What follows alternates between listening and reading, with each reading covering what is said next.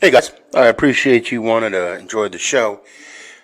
First, I got to give a couple shout outs. First off, I want to give a shout out to dresscomfy.com.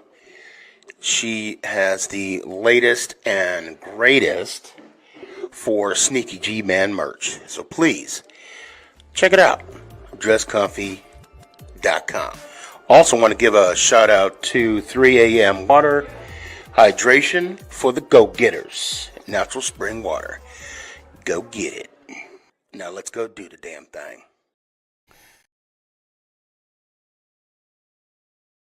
Before we do the damn thing, I got to give a shout out to George's Trophies, aka Sergeant M replica trophies. Guys, Father's Day coming up soon. This is the perfect gift. Matter of fact, this is the perfect gift for any occasion. I mean, who wouldn't want a replica Super Bowl trophy of their team? The team that got the ultimate prize, the Lombardi Trophy. So when you get a chance, go to his Facebook page, George's Trophies, a.k.a. Sergeant M's replica trophies. Now,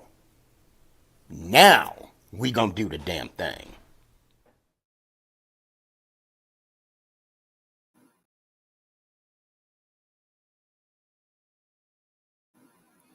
You're listening to Make It Count, the SneakyG podcast on Northeast Streaming Sports.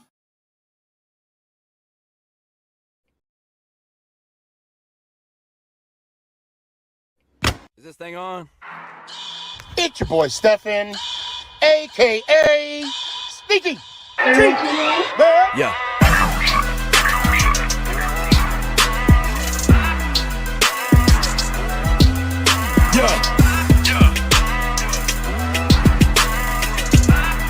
Lyrical assassin. Let's go, Giants! Ow!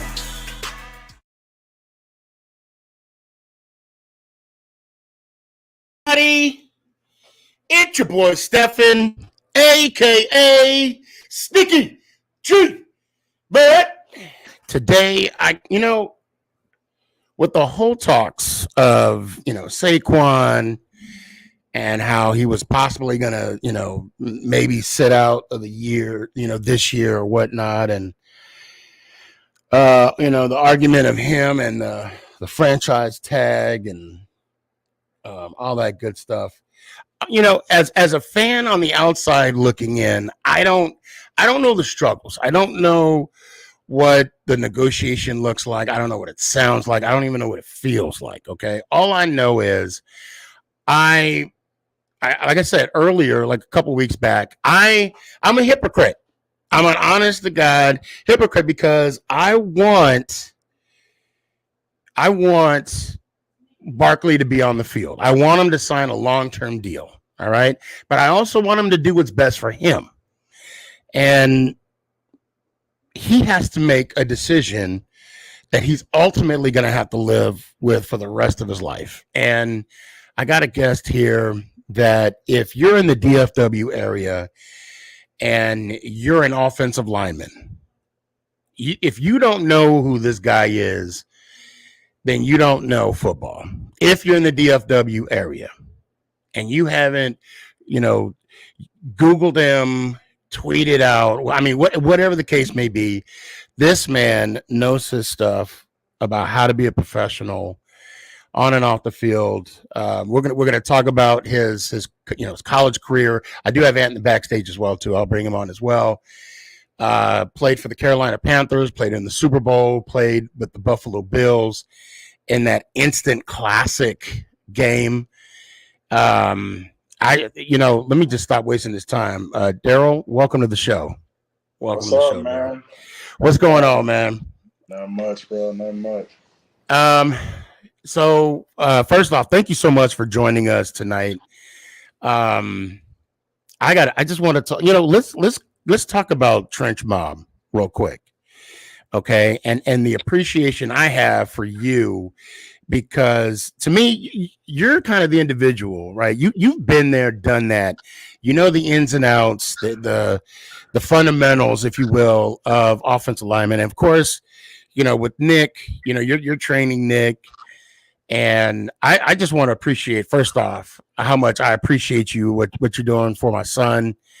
And, hopefully, it's ultimately going to be on him. It's going to be on him on how he wants to perform. But for what you're showing him and basically, just sharpening up his craft, and let's just talk about that real quick. What you got? So, I train offensive line and defensive line starting from 4th grade and up. So I train middle schoolers, I train high schoolers, I train college kids. I also train the NFL. And it just started randomly. It was something I wanted to do, but it started randomly when my trainer, Roman Mitchell, referred me to someone, the Humphreys. He referred them to me to train their son. And he's going into the 5th grade now. So I've been almost training him for almost a year, and it just grew from there. And you basically, I've seen some guys. Please go to Instagram, go to TikTok, and you'll see what I'm talking about.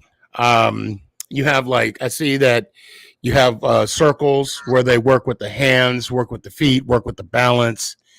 Being an offensive lineman, okay.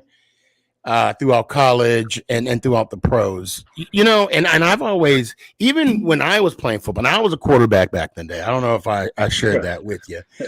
I've always had respect for my guys up front. And the rumor, right? The perception is that linemen aren't smart. And that's BS. That's stupid. That is so further from the. Of course, now this is just high school level. I did play semi-pro in Germany, but that's here or there or whatever. But I actually remember having that conversation. I defended him. I'm like, no, I don't think you understand the process of like a trap play. Where the center goes down and then you have that guard coming underneath, or even when the guard's got a pull. I don't think they understand that. If you can just kind of break up that perception. I know at a younger age, and of course in the pros, it's totally different.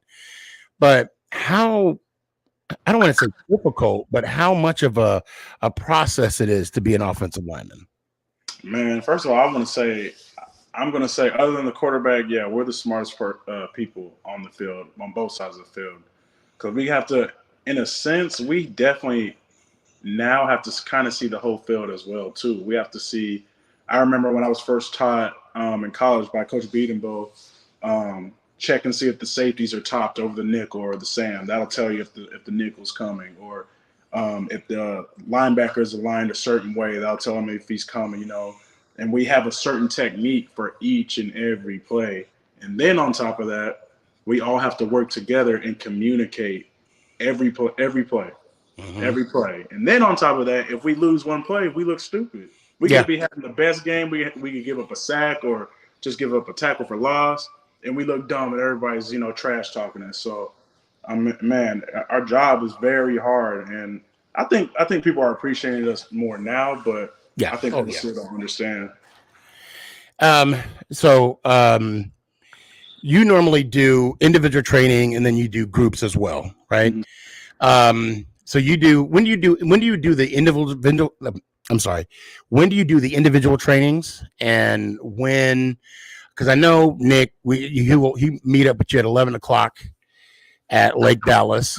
So you do the one group session, or do you do more than just one group session?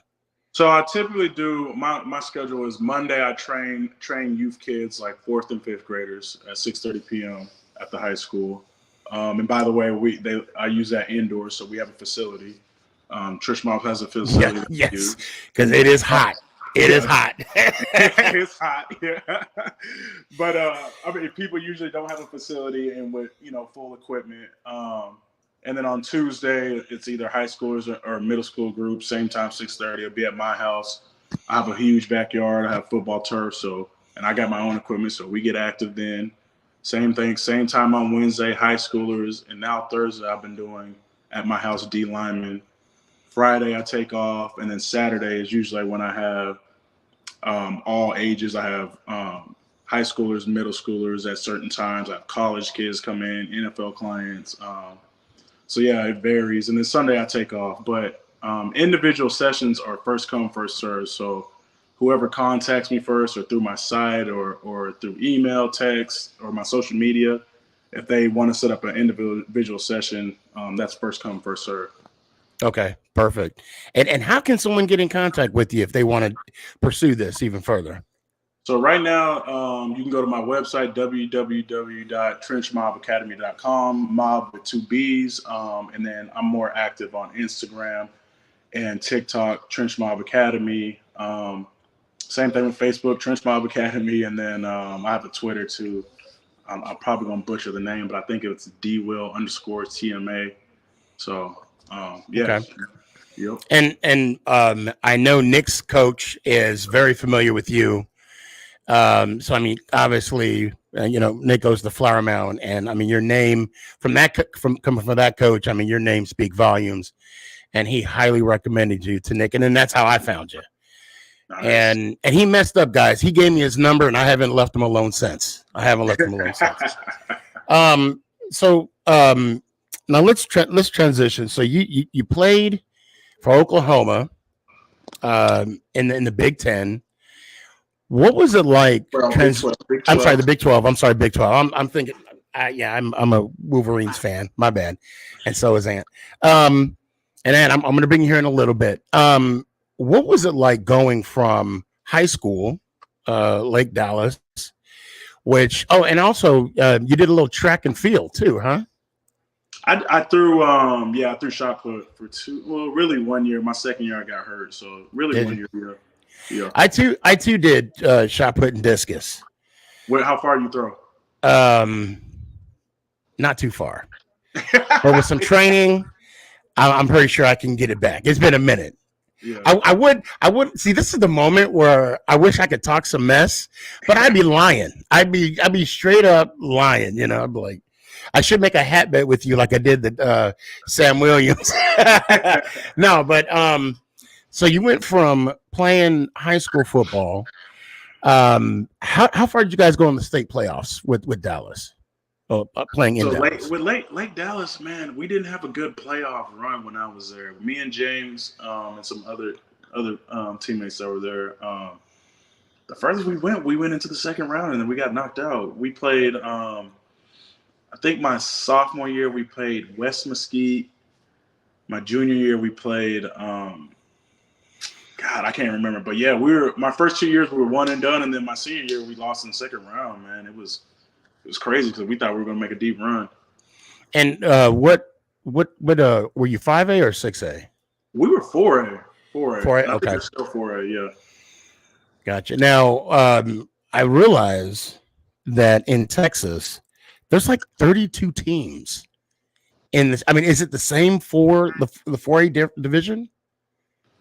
So, I mean, are you talking about when we get to playoffs or like? Yeah, I'm talking about playoffs because it's like area by area, playoffs, regional by regional, then quarterfinal. I mean, it's like you playing a damn near season. Playoffs is deep, but I wouldn't know because I only made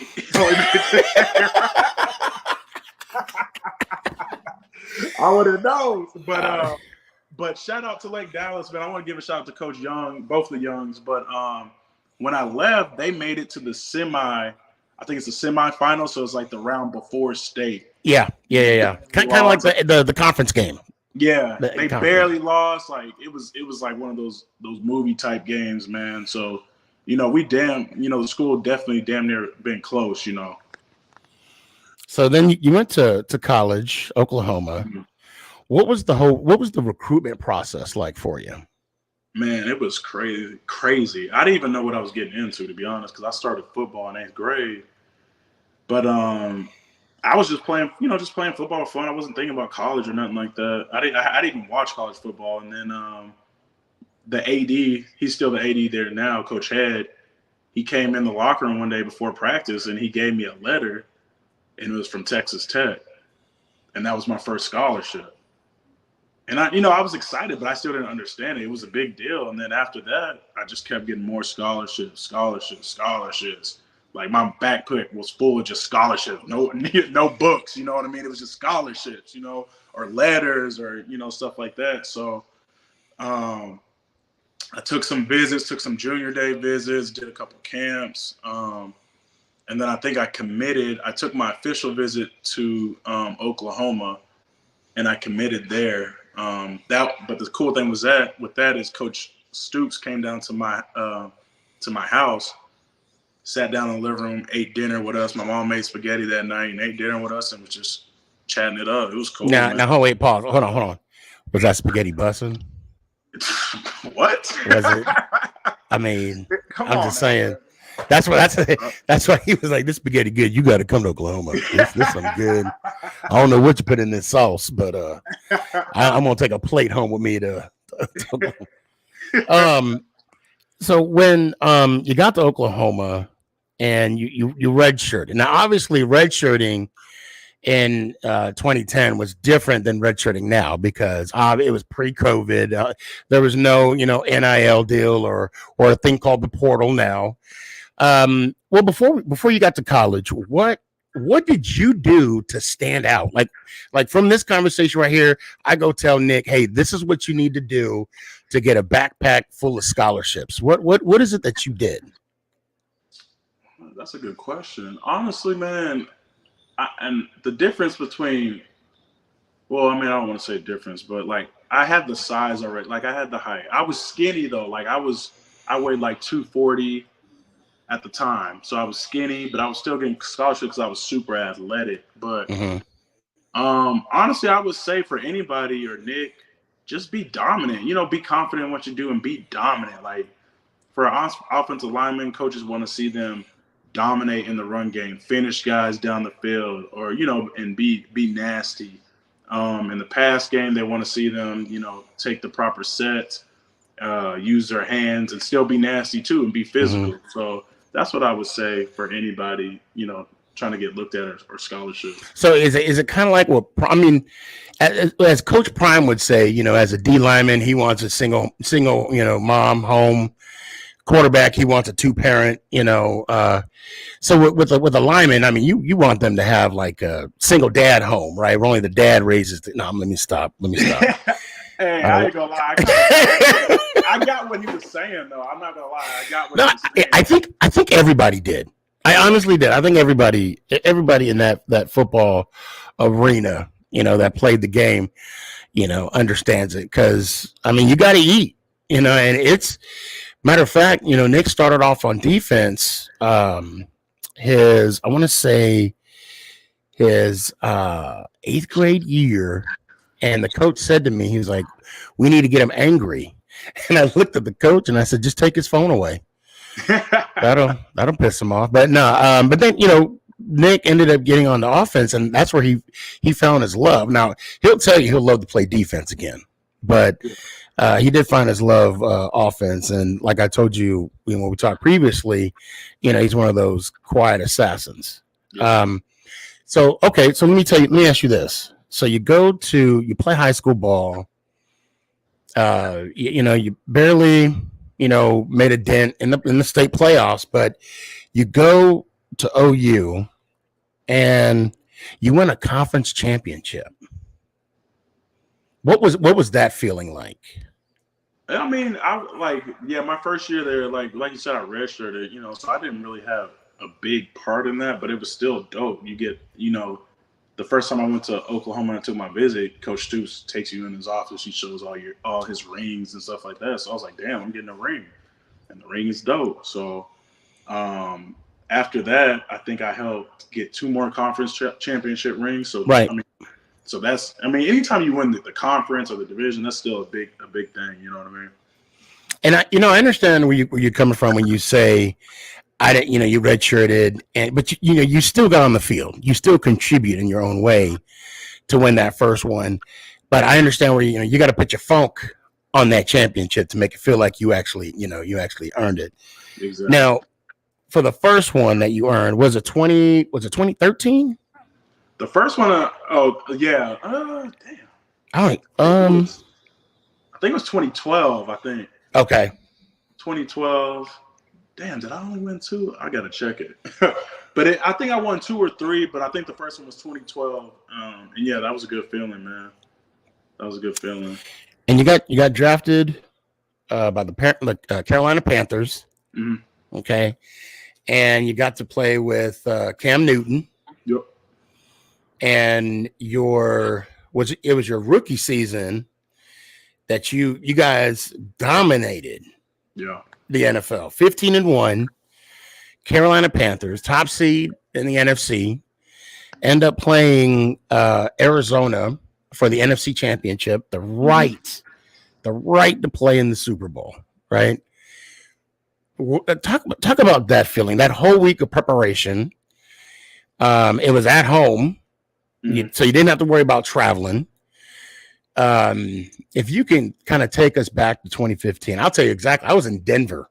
I was actually in Denver when that happened. We were heading to, I had to go to some kind of training, and we had to go to Colorado Springs, and I drove past Mile High when they actually during the AFC Championship game. Oh, I was so pissed, but I want to say no, because you guys were the night game, weren't you?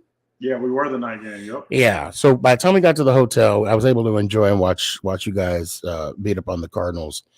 So that week of preparation, what was, just kind of tell us, what was that like?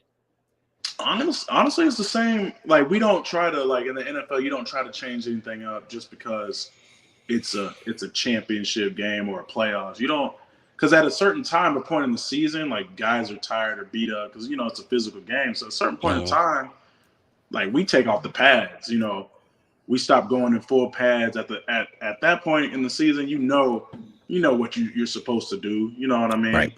So we didn't change anything, and I think that's how you should do it. Because what's the point? We were 15-1 at the time. Why change anything up? So you really don't change anything up for that conference game or even playoffs. We didn't change anything. So when you played against Arizona, you stepped on that field in Carolina. Was it fair to say that you had you guys had a confidence that there was no way we were not leaving with the Hallis Trophy? Man, let me tell you this, man. That is the best team I've been a part of in my whole life. As a rookie too, because we had some, and I don't know if I can, we had some badass motherfuckers, bro. Say it. You can say it. And they weren't just badass motherfuckers on the field, but they were great leaders. So Cam, obviously, he was doing his thing that year. On the O-line, we had Ryan Khalil. We had Michael Orr. We had my boy Trey Turner. Who else? Jonathan Stewart, really good running back. Mike Tolbert. Yeah. Some dogs. And then on defense, we had Luke Kuechly, bro. Thomas Davis. We just had dogs, and they were great leaders, too. So when I was a young pup, they were trying to make sure I'm ready to go. I couldn't slack off. I couldn't bullshit around. So they were, hard on me because, everybody wanted to win the Super Bowl this year. And then, every year teams say that, but like, you just get a different sense of feeling that you're in 2015.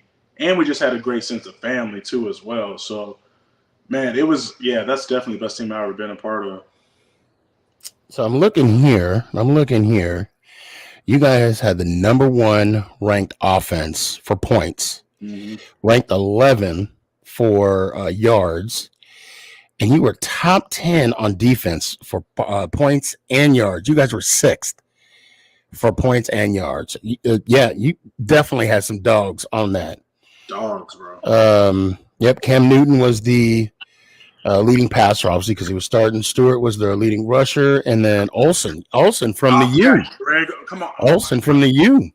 Killing it. He was killing it.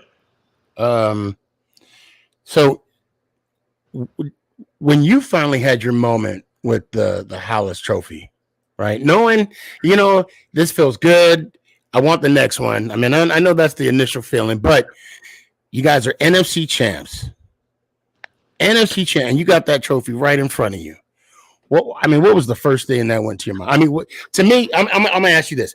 I would think, on the outside looking in, that there would be a moment of reflection, right? I'm talking like you're envisioning Lake Dallas, your time in Oklahoma, and now here you are, one game, one step away, but here you are with this trophy. And you know what? I'm gonna say that I'm an old head. I don't like the new conference. I like the new conference trophy, but I don't at the same time because I like the big one, the big old Hallis trophy. Mm-hmm. But you got that one, and you're looking at it. Did you talk to it? Did you whisper sweet nothings to it? What was the first thought that came to mind? Honestly, bro, I don't even think I touched that thing, to be honest, bro. Are you serious? I was a rookie, bro. I'm telling you. I was a rookie, bro, and they didn't play no games with me. So I was happy. My first thought when we won that game, I was like, yeah, we're going to win the Super Bowl. But, I stayed in my lane. I was quiet. I didn't want to piss nobody off. You got your hat, though, right? You got your hat and T-shirt, right? Hat, T-shirt, all that. But, no, bro. I was a rookie. I was trying to just do right every second of my life. My rookie year, and there's nothing wrong. Hey, there's nothing wrong with that. You said stay in your lane. I know exactly what it means to stay in your lane. So you get to the Super Bowl, and what moment, if any, did you realize it ain't gonna go my way, or it ain't gonna go the way that I want it to? I think once Von Miller got that strip sack in the end zone, I was like, all right, that's pretty bad. And then it just and that's the thing about that year. We literally just played our worst game ever. Mm-hmm. After that strip sack, everything just started going wrong. Turnovers. But on offense, I think defense played a solid game, just from my point of view. But on offense, we just played the worst game that we ever played that season. You know what I mean? And that's football. That's a game, man. It's a game. And it's funny you bring that up because I was watching. I binge watched that Netflix Quarterbacks. Okay. Yeah. And you get to see the process of the three quarterbacks, Patrick Mahomes, Kirk Cousins, and Mariota. And it's crazy. So okay, let me tell you a bit about me. Okay. Anytime I played flag football. Okay. After I got my last concussion, the wife told me I wasn't playing football anymore. And I got put on a team, or I should say I created a team with the help of other people. We had this powerhouse team. I showed you the rings we won, right? Yeah. And anytime I threw a pick or, that one play that cost the game, I always thought about the next play. I never focused on that one play that was the turning point. Of course, there's always, if we didn't have this, if he would have caught this pass, something small like a wide open receiver not catching a pass, could change the texture of the game, if you will. And that strip did kind of change the dynamic of the game. But, Peyton didn't even have a good game that day. Peyton, no disrespect to Peyton. He was on his way out. He had that surgery on him. He was just old. Yeah. Defense played good. So, however, and I know this was I got to tell everybody about our first conversation, if you don't mind. I can't even remember our first conversation. Well, so we talked about Nick, and then I talked about your conference ring. Oh, yeah. Okay. Yeah. So, okay, guys. So the first time we talked about Nick. I said, okay, now that we got that out of the way, I got to ask you a serious question. And I even asked Tiki Barber this question. Okay. And I want you to tell everybody. So even though you won the conference, but you didn't get the Super Bowl, why don't you wear your ring? Because we didn't get the Super Bowl. Yeah. I've honestly never heard of someone, unless it's college, wearing their conference ring. You know what I mean? Because if you go to the conference, if you go after you're done with the conference, and you go to the Super Bowl and you don't win, that's what you're left with. You know what I mean? I'm not thinking about when we won the conference. You know what I mean? Right. Right. We lost the Super Bowl, bro. It was this close Yeah. to having a Super Bowl ring. You know what I mean? Doing the damn near unachievable.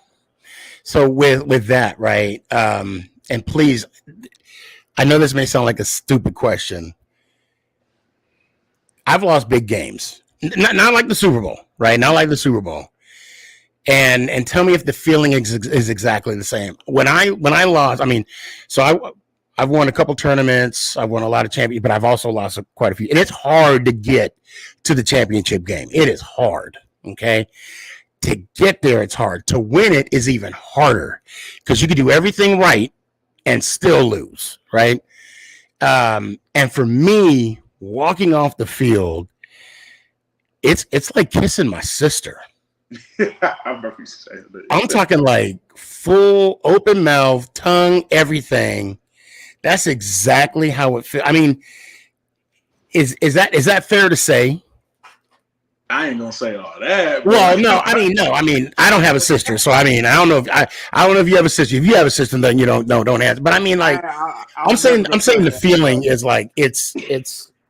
I would say it's a nightmare though. Like it's something that's still still in the back of my mind. It's still like you still think about it. Like You never let it go. Yeah. You never let it go. And to this day, man, to this day. Wait, what's that fighter? To this day. Wilder, bro. Man, man, there's I'm gonna tell you what haunts me. Since we're digging into here, I'm gonna tell you what haunts me, and then we'll move on to, and I gotta bring Ant in here too.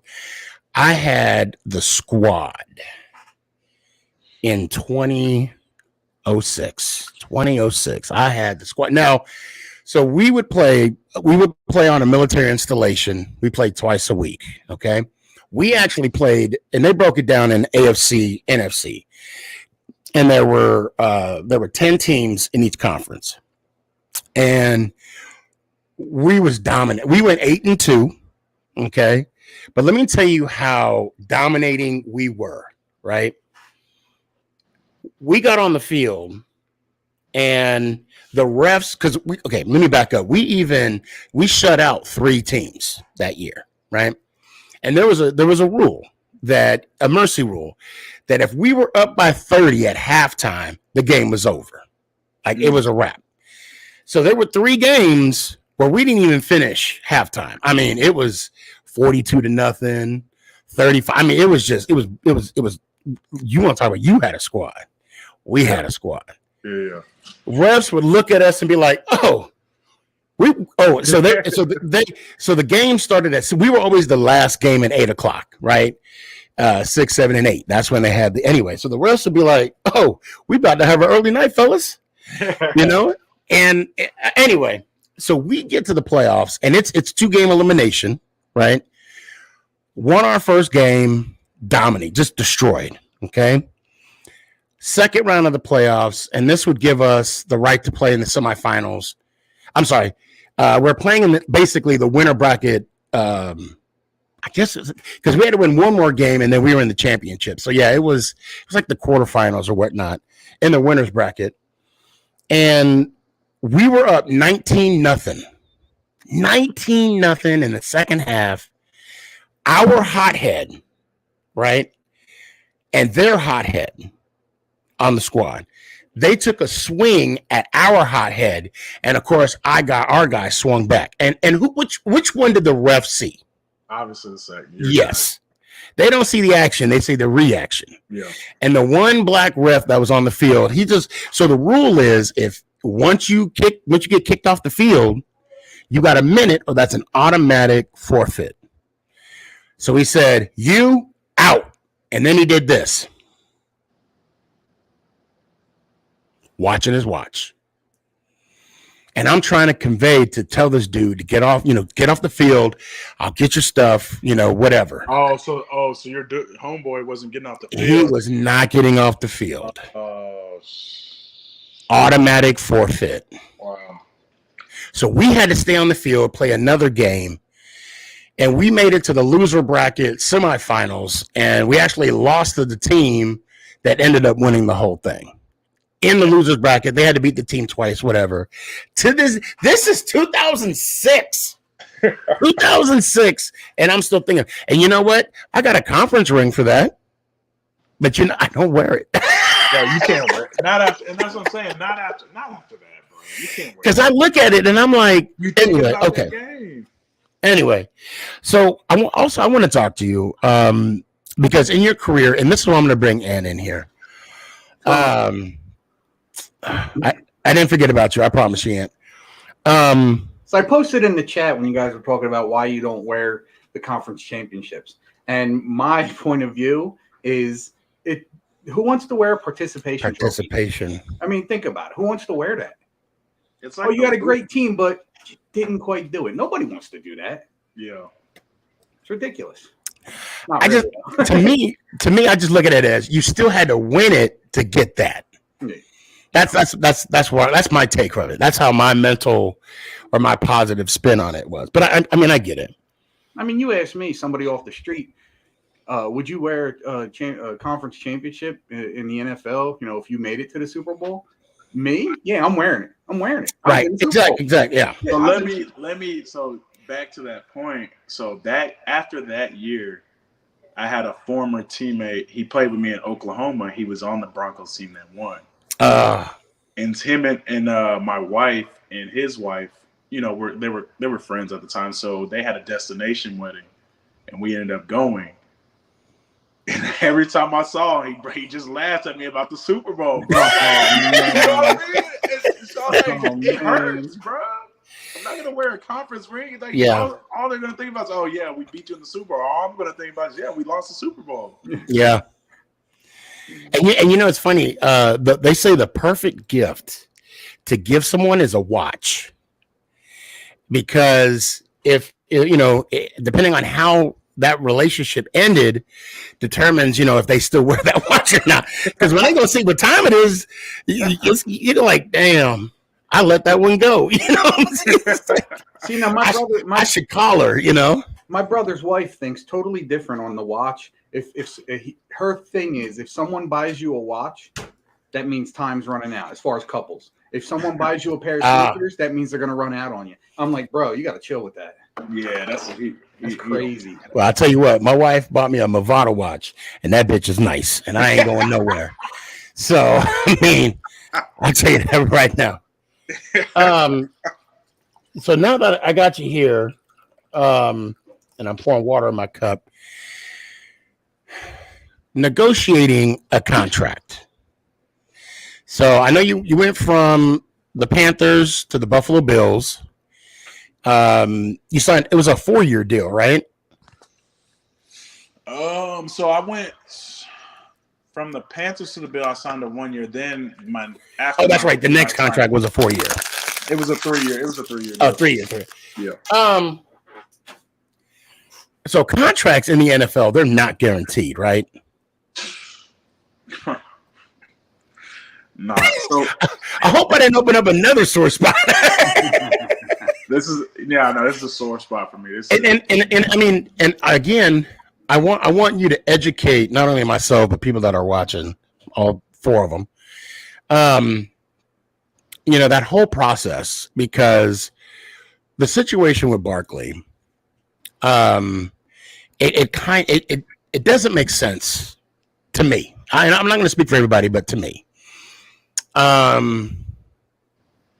So you had the 1-year deal, and that's is that what you would consider the prove it deal with Buffalo? Yeah, I had a prove. Yeah, that was basically a prove it deal. 1 year. Yeah. So just that alone, how much pressure is that on a player? I mean, I would say any deal is pressure, bro. I mean, yeah, of course, a prove it deal is pressure, but any deal, like, unless your contract, unless you got hella dollars in that contract, or if your contract says fully guaranteed, or if you have, or the signing bonus is guaranteed as well. That's what's the signing bonus is fully guaranteed, and if you see that screen, the scrolling at the bottom of the ESPN screen, it says fully guaranteed contract. That's fully guaranteed. Now, if that just says guaranteed, blah blah blah, there's hidden stuff in that contract to make that money guaranteed. If you get what I'm saying. So there's incentives, there's escalators, Like for me, I had an escalator and I had incentives in my last contract.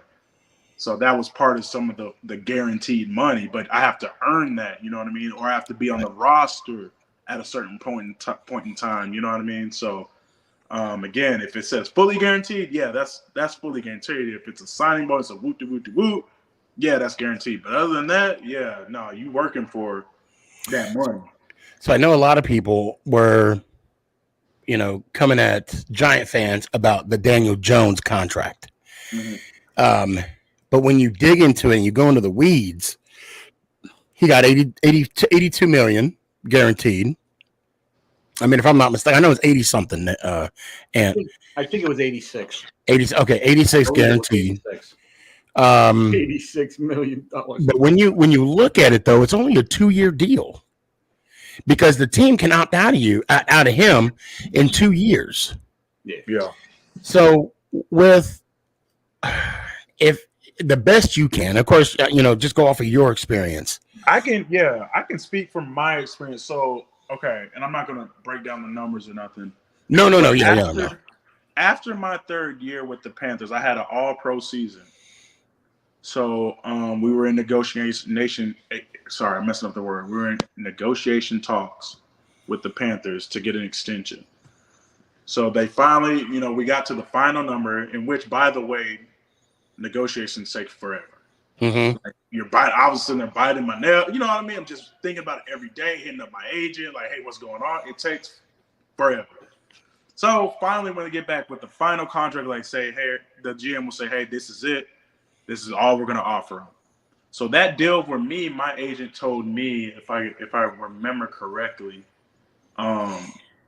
comparing it to Barkley's, my deal was like a 1-year deal. It was 4 years, but really 1 year of guaranteed money, and that was really just the signing bonus. So it will say 4 years, blah, blah, blah, whatever number, and then the guarantee number would be this. My guarantee number was only my signing bonus within that contract. Mm-hmm. So I didn't have any incentives. I didn't have escalators. That was it. It was the signing bonus that was fully guaranteed. So my agent was like, hey, this is your third year. This isn't a bad contract, but you just made second team All-Pro. You told me you're feeling confident.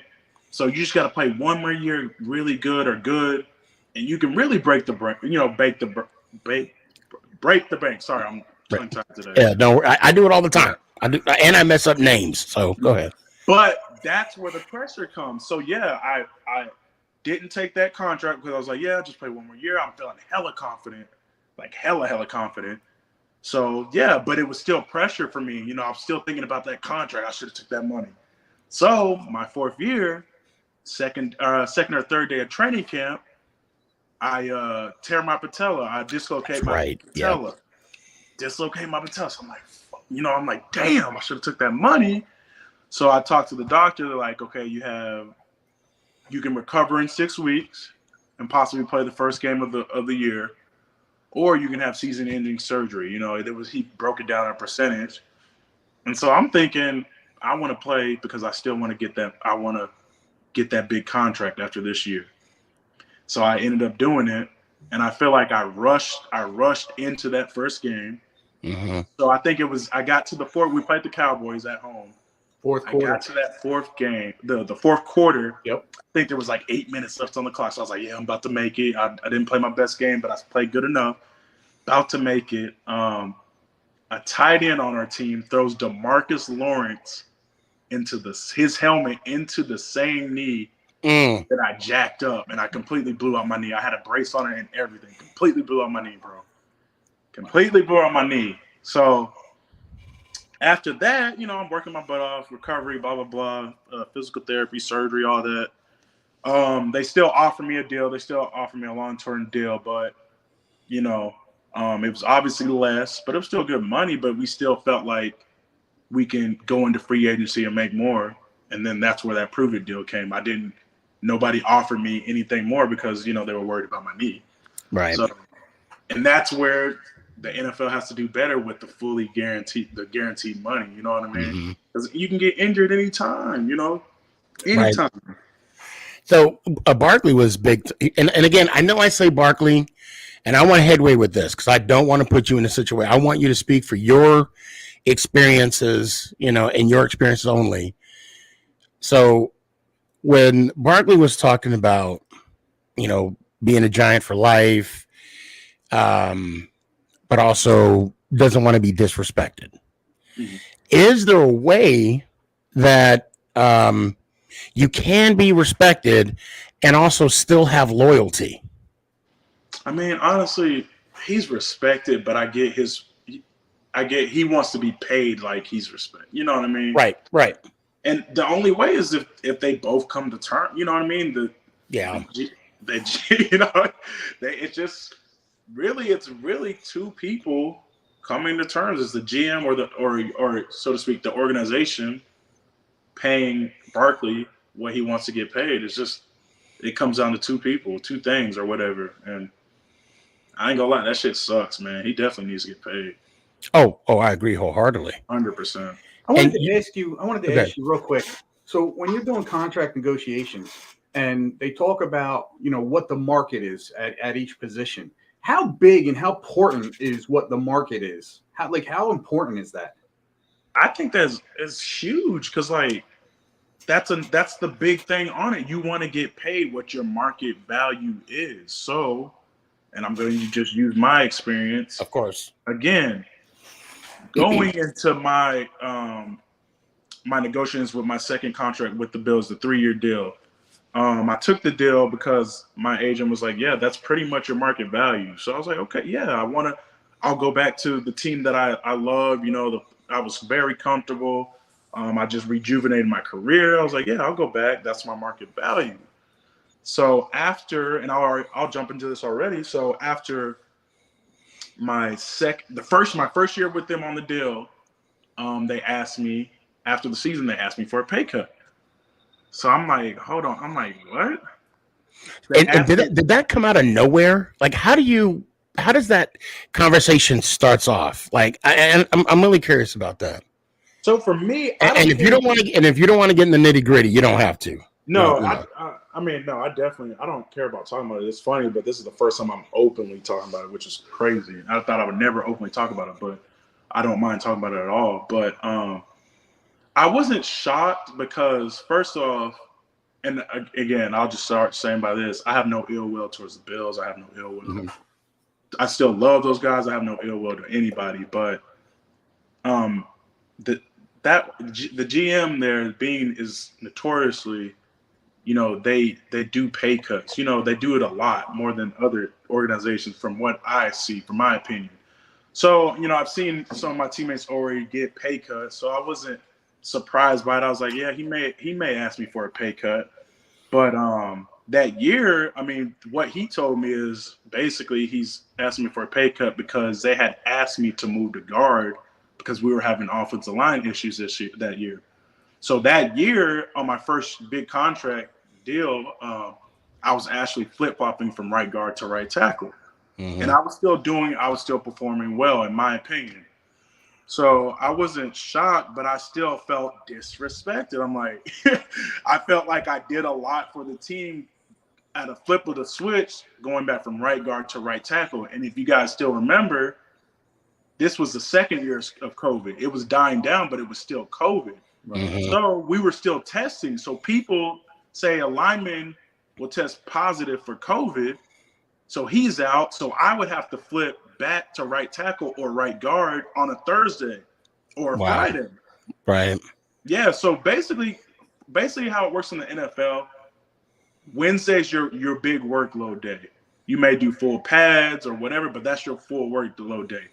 Thursday, you're definitely taking the pads off. I say it's like a maybe 60% workload day. Friday, that ain't no workload day. That's all mental. So Thursday, when you get to Thursday or Friday, you already have your game plan. I'm already watching film at a certain position on a certain player. So then when they come and tell me, oh, homeboy's out, you got to switch back to right tackle. I'm like, damn, Right. And I'm one of those guys, and I swear my wife can testify to this. I'm one of the first people in the building. I go do my lift. I go, do my cold tubs or whatever, my treatment. I'll watch film. So I start my film. I actually started my film probably at least by Monday. So I'm already trying to get a jump on the opponent. So when someone tells me on a Thursday or Friday, oh, you got to go back to right guard, I'm like, damn, bro, like that's hard. So Yeah. So I felt disrespected when they came to me and were like, hey, we want to ask you for a pay cut. So I was like, nah, I'm not doing that. I was like, nah, I'm not doing it. My wife agreed. So we wanted to test, free agency. Yeah, I think I'd have been aggravated with that too. And from a fan's perspective in that situation, I now see get the understanding of the disrespect, because here you are jumping around for these guys, doing the best you can at that position wherever you're playing, and that makes you a more versatile player. And the disrespect comes from, hey, take a pay cut. It's not cool. It's not cool on any level. Yeah, and I would just say for Barkley, like we all know, if you watch the Giants, I watched pretty much the games last year of the Giants. They ran the offense through Barkley. You know what I mean? Right. Barkley's back, bro. He's back. He came back that year, killing it, bro. So it's like, and you're familiar with Joe Shane and Dable, right? I am, yeah. So Dable, I love Dable, man. Dable, really good coach. Joe Shea, all of them, man. All those guys up there that are up there now, yeah, they're really good. So and yeah, let's kind of talk on Dable real quick. So I met Coach one time last year, training camp. Very approachable. To me, and correct me if I'm wrong, to me, he seems like a coach that he's a player's coach. Yeah. To me, he seems like a player's coach. And I want to say were a lot of Buffalo's successes kind of because he was the offensive coordinator, in that AFC Championship game, which I'm sorry, one of the best games that I've seen. Okay. I'm glad I wasn't a Buffalo Bill fan or a Chiefs fan, because I would have had more gray hair that one night. But anyway. However, even though he's a player's coach, he's going to hold you accountable. Oh my, yeah, 100%. 100%. He don't like, but that's what I like about Dale. He's like a regular dude off the street, but his confidence too is so high. He has high, like, I'm not gonna tell a story, but his confidence is crazy. What stories can you tell us about Dable? I'm not gonna say that. But okay.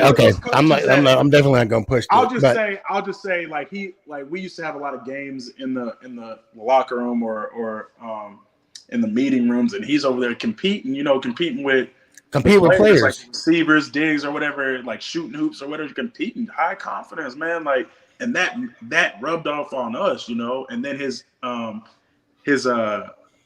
intelligence, bro. He knows the game. He's been in the game for a long time. He knows the game. So he knows how to defeat defenses or attack their weaknesses. So, yeah. So, and let me ask you this, right? Let's say there, you yourself, right, didn't have a best practice, or there was a situation, a game that you didn't perform at a level that he felt you could have performed at. I've seen him chew Jones out on the sideline, right? Mm-hmm. But I think that's just the emotion of the game. Like, how does he approach you? Is he the type that would just come in, kind of get at you, or he'll pull you to the side and be like, hey, like what kind of approach does he take? I got a story, and I hate, this is one of those things that stick in the back of my head too. Like, so we were playing the Saints. I want to say it was on Thanksgiving. I want to tell you, if you tell us a story, I promise I ain't gonna tell nobody. No, I don't. If I tell, it's gonna be on YouTube. So if I tell a story, I don't care who hears it. But we were playing the Saints. We were in the red zone. And I was going against Cam Jordan the whole game at right tackle, and I think I flipped. Ooh. Yeah, I think I flipped that week too randomly. But anyways, so we changed the snap count on one play. And so the center didn't hear it. And so I got off the ball late, and he's about to sack Josh. Thank God Josh is the best eluding at getting away from pressure. So Josh got away from him, thank God. So halftime, we didn't score a point. We just kicked the field goal, but we could have scored, 7. So we get in halftime. He comes in there. He goes because our left tackle at the time was having a hard time too. But he comes in there and calls us out in front of everybody. And if you guys don't realize, but away game locker rooms are the worst, and they're very small and condensed. So technically, you're in front of the whole team. So he blasts us all in front of everybody. And I like that. I mean, he's just holding us accountable, and that's all you can do is respect that. You know what I mean? Dabo is one of the best for sure. Yeah. And of course, I don't follow the Bills, right? Y'all won that game? Yeah, we won that game. Yep. Okay. Gotcha. Yeah, I respect the approach that Coach Dable takes on that, and my feeling on that is I'd probably be the same kind of coach because, again, it's not about calling out your players and like pointing a finger. It's like calling out your players in front of everybody, letting everybody know that nobody's safe. If you mess up, you're called out. Period. Exactly. And he didn't play no favor. He called out Josh before. He's called out everybody. You know what I mean? It's just holding people accountable in the heat of battle because we need you to, step up so we can win this game. Right. Simple as that. This is a Chiefs fan, and she said that game was so stressful, but it was so worth it. I bet it was for you. Oh, and Chris is I know you met Dallas Cowboy Chris over the weekend. He said it was great meeting you. Yeah, nice meeting you too, bro. And also Shane was one of the executives, so you really didn't deal too much with Joe, did you? He was more of the contract side, no? I know he was like in scout. I know he was like a lot of the scouting, and then he was like maybe number 2 or in the top echelon of the GM. He's the GM now for the Giants, right? Yes. Yep. Joe Shane is. Yeah. So that's funny, man. And they were trying to get me to come up there, but it wasn't. It was like a minimum deal. So yeah. I could have been a Giant last year. That's crazy, but I didn't want to take a minimum deal.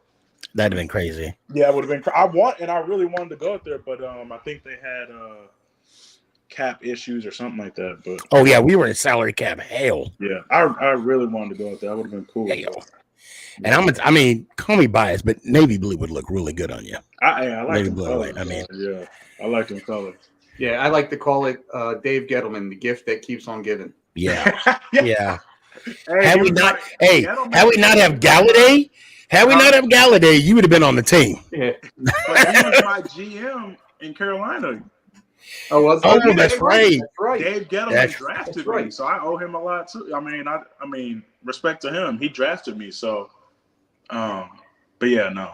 Yeah. Again, we talk about Dave Gettleman. That's who drafted Saquon. Yeah, true. And Jones too. And Jones. Yeah. I talked to Gettleman.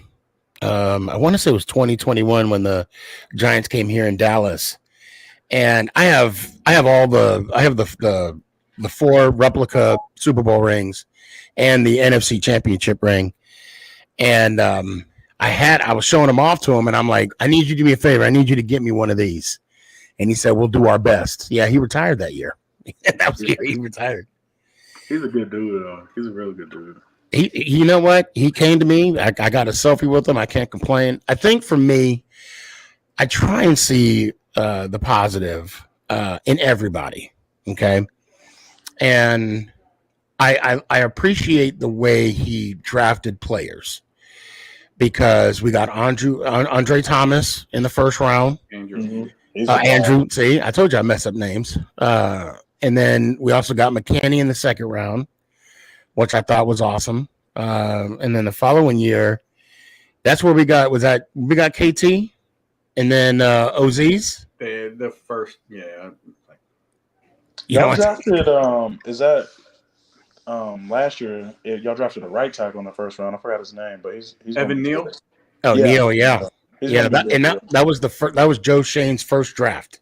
Yeah. Oh, okay. Yeah, that was his first draft. We took Kayvon Thibodeau with 5, and then Evan Neal with 7. Yeah, I remember that.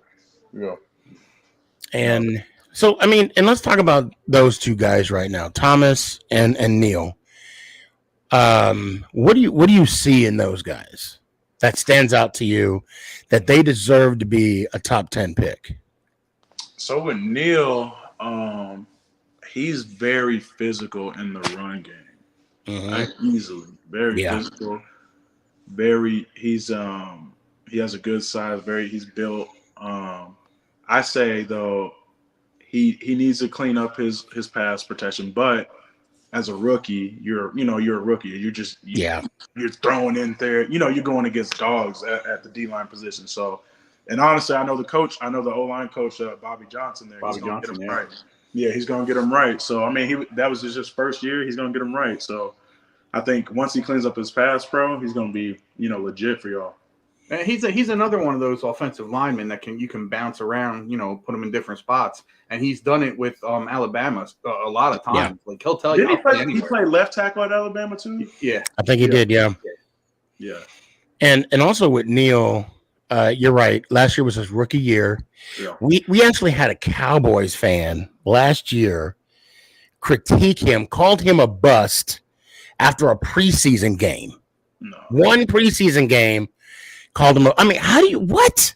It's hard out here. I mean, I'm not gonna say his name, Kurtz, but I'm just saying, to call somebody out on a preseason game, I dismissed it. I mean, right off the cuff, right? I didn't even entertain the thought. Yeah, preseason's that's tough to. I mean, again, it's just the hate for the Giants. I mean, my feeling is again, you got to keep an open mind when it comes to a rookie, even as a fan. As much as you want to kill people, and get on them about stuff. Rookies, they'll take a little time. And I don't know if anybody saw it. Evan Neal got better each game. He did. So, so to come out this year, I don't want to say there's no excuses because everybody knows about the sophomore jinx and, but I think he'll be one of those guys that gets through it. Yeah. So I don't want to keep it too long. I only have a few more questions and then I really thank you for this time. And if you want to take any questions, because what I'll do is I'll share the link, and if you want to I could bring people on if they want to ask you questions, if you're okay, or if it's too late for you, however you want to do it, it's fine. But I want to get your impressions on Thomas. I think from what I remember watching him, he has what am I trying to say? High. I know I'm probably gonna mess this up. He has high effort. I forgot what the term for it. He has a high motor. That's what it is. That's what I want to say. He has a very high motor, and I think he has high potential, very high potential. That's what stood out to me, though. His motor, though, his effort, his will to finish. And we did get Schmidt too this year as a center. Mm. I really speaking on Joe Shane, I really like the way he drafts players. Yeah. We got 3 first rounders basically in this year's draft. And for me, I'm just excited to see what we could do. Hopefully. Now, okay, let me ask you, this is going to be the $1 million question I was going to ask, right? And if you don't want to answer, now this is you and this is your position, okay? Because it is Barkley related, but this is you though, okay? Would you sign the tag or would you sit out the year? That's a tough one, and I'm sorry. I don't even know if I can answer that. I mean, because his tag, what is it worth up to 10? It's like 10 mil. Yeah. One of the low, and it went down. The tag went down? For running backs, yeah. How they're doing running backs is dirty. I'll be honest. Yeah, no, it is dirty. But you're an offensive lineman. Yeah. And they're tagging you. Now we're not talking about Barkley. We're talking about Darrell Williams, all pro, and they're gonna tag you. But the money, and I don't even know. You can't ask me for an offensive line because the money's way different. Like that. Yeah, I know, and I don't even know what the going rate is. I don't even know. All I know is it's high. So you're like, I'm signing it. If they ask me to do a tag as an offensive line, I'll probably take that. That's okay. And you know what? Hey, there we go. I'll take that. No, if I'm Barkley, it's hard because again, it goes back to basically he was be off. You know what I mean? They were running the offense through Barkley. The team was on his back. You know what I mean? So I think another part where he feels disrespected too is, and if you look at some of the interviews he had, it's almost like I'm speaking on his behalf, but this is how I took it. He basically said that when the Giants came to him and offered him during the bye week last year that $12.5 million. We don't know how long it was. We just know that was the base of his yearly annual salary. The way I took it is he took it as, okay, we're going to give you this, and it's based on your injury history. Now I know teams do that, but then when they came back to him, he said, the tag is there, but that's where I think he feels most disrespected, because now he's saying that the tag almost makes him feel like it's a prove it deal. And he doesn't like that because he feels he proved it last year. Definitely. And I've definitely, again, I've been kind of in that position, but it just sucks that he's a running back. That's what I think running backs. I think running backs are the probably the most undervalued position in football today, especially considering the life expectancy of a running back is basically maybe 3 to 5 years. That's not a lot. And what I like about Barkley, and to include the offensive line, having a running back, it wears a team down. Yeah. Come on. The third and the fourth quarter, when it's the third quarter and it's 5 minutes left, and you don't want Barkley running at you. We call those body blows, dog. You don't want that constant just pounding and just running and having people like you coming straight out of linebacker, head first with that ferociousness of an offensive line, and then here you got Barkley coming right behind him. It's just and not only on the field, but what the value that he has off the field. Yeah. I think is being remiss. And again, I said this all the time. As a fan, it's like I am being a hypocrite because again, I want him on the field. Yeah. But I want him to get the bag. Yeah. And the Giants, and what I mean by the Giants, I mean Joe Shane and his staff, they're not gonna overpay someone. Because let's be honest, they have a job too. Yeah. Yep. I mean, if and to be fair, as Giant fans, if we were to overpay Barkley, in a situation to where we're now back in salary cap hell for the next 6 years, Thank you, Williams. We're gonna find another GM. Yeah. Yeah. So, and it's hard because there has to be a compromise, but at what point, who has to compromise? And I know the reports say they're like $1 or $2 million off. We'll never know. I mean, hopefully we'll know someday, but we'll never know. And also, Daryl, let me ask you. I know I keep saying I have the last question.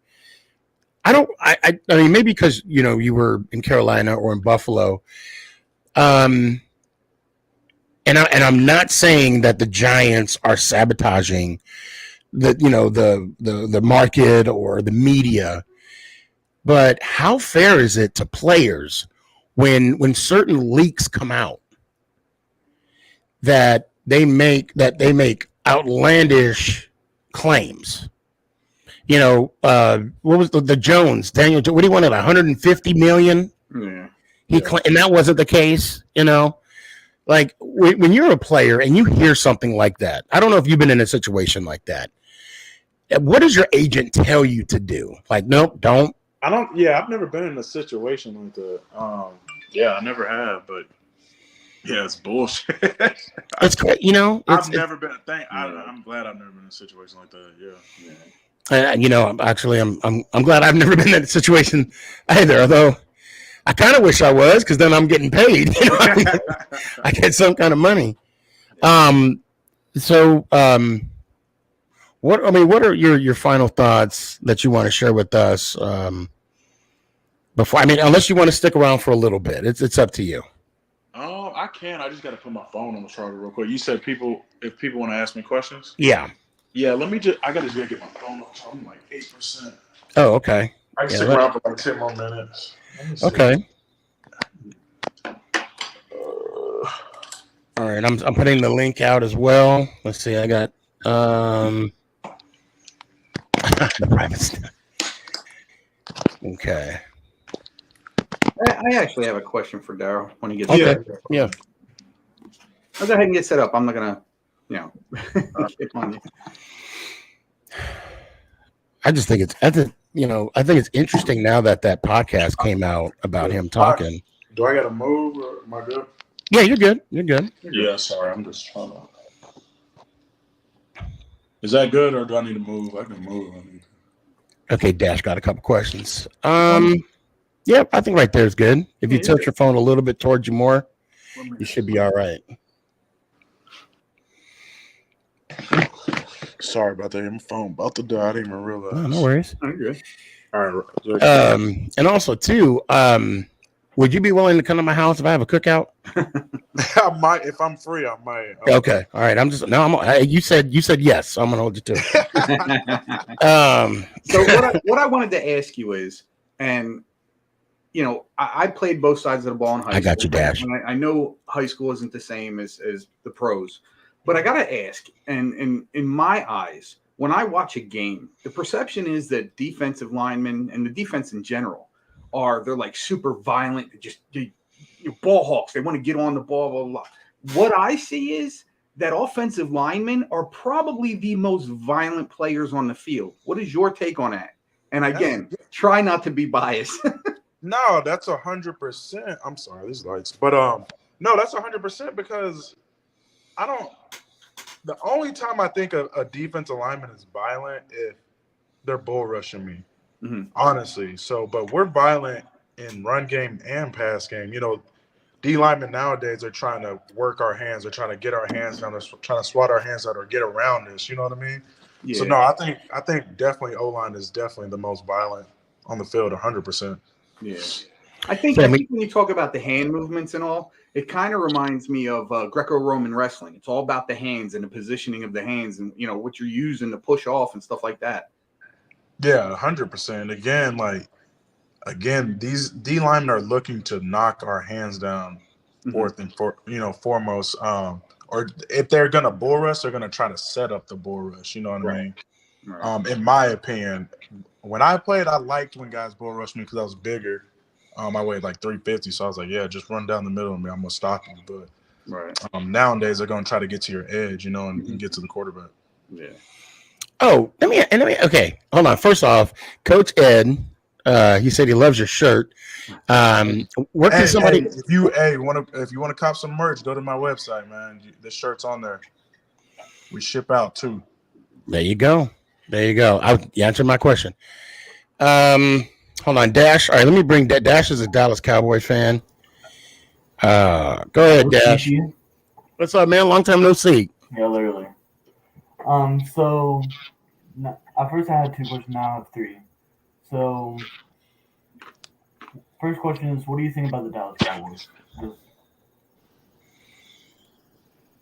Is he asking me? Yeah. He ain't asking us. Yeah. He knows how we think about the Dallas Cowboys. He ain't asking us.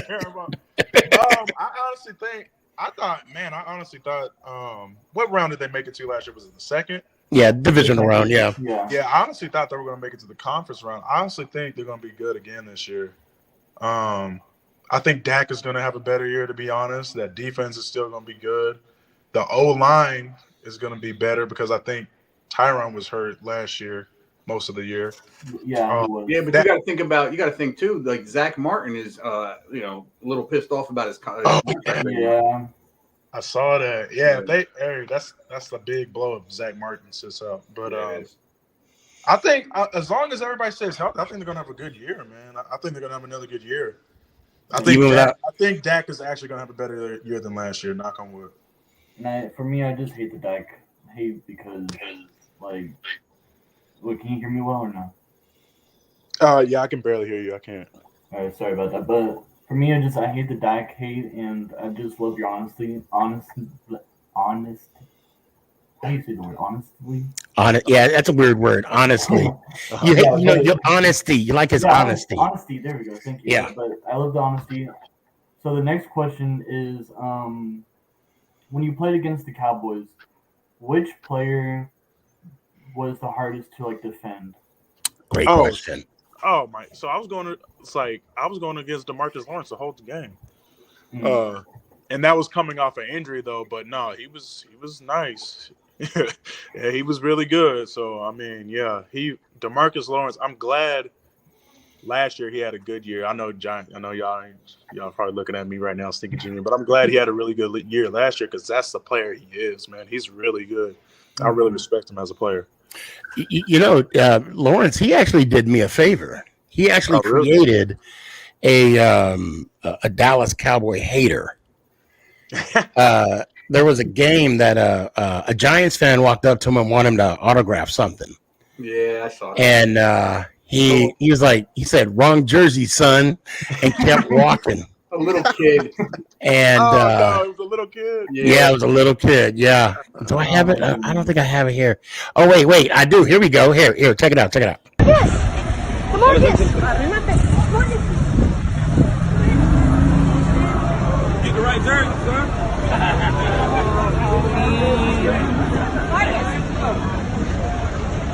Marcus.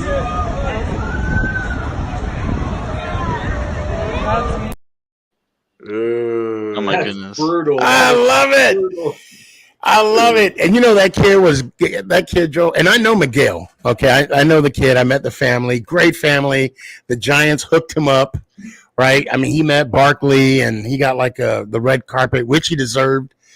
And that kid now hates the Dallas Cowboys, and I love it. I love it. Oh my goodness! Oh, Dash. Yeah. Do you have any questions, man? Well, the second question just kind of followed up to my other question. So okay, go ahead. Yeah, go ahead. Yeah, I'm good now. I'm good with the question. Are you good? Yeah. Hey man, I've been watching your picks, and I saw the one. I didn't see the Giants one all the way through, because right when you said we were going to lose to the Dallas Cowboys, I kind of went all of my life. But yeah, I know. I